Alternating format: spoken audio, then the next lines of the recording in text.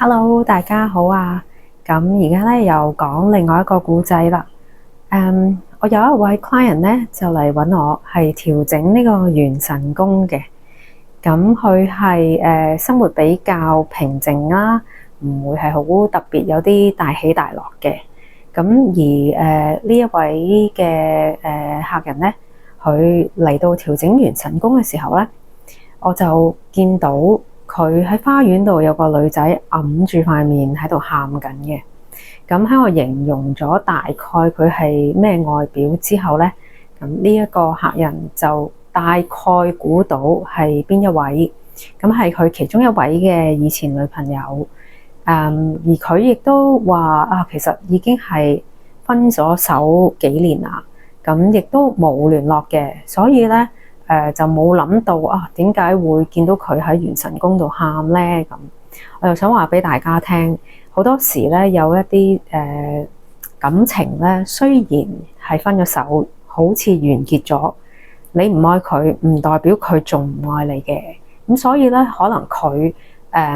放唔低嘅，佢放唔低，所以佢就會成日諗起你，就有可能咧就會喺你元神宮嗰度出現啦。其實咁樣咧，就會係影響咗當事人嘅感情生活嘅，所以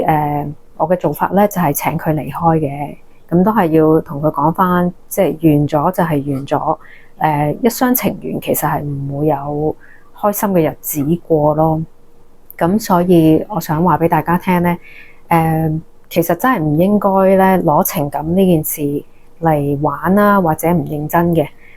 我呢一個客人咧，佢唔係玩，唔係話佢唔認真嘅，只不過係而家喺出邊好多嘅男女關係咧，都係比較亂啦，同埋比較開放，其實唔係一件好事嚟嘅，因為咁樣其實係會影響咗自己嘅感情生活啦，同埋亦都長遠嚟講咧，亦都會係影響咗下一世嘅。情債咧係一定要還嘅。就算佢係諗住我同佢已經完咗啦，我哋好正式咁樣分咗手啦，但係你冇諗到，原來佢愛你愛得咁深，係深到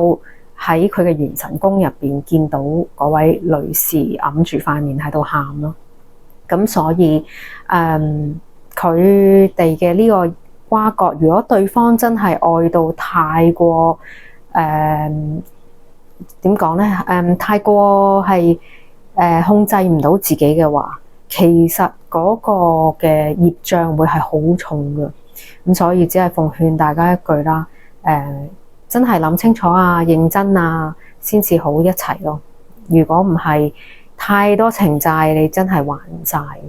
咁變咗每一世嘅感情生活咧，都係會唔開心、唔快樂咯，唔美滿咯。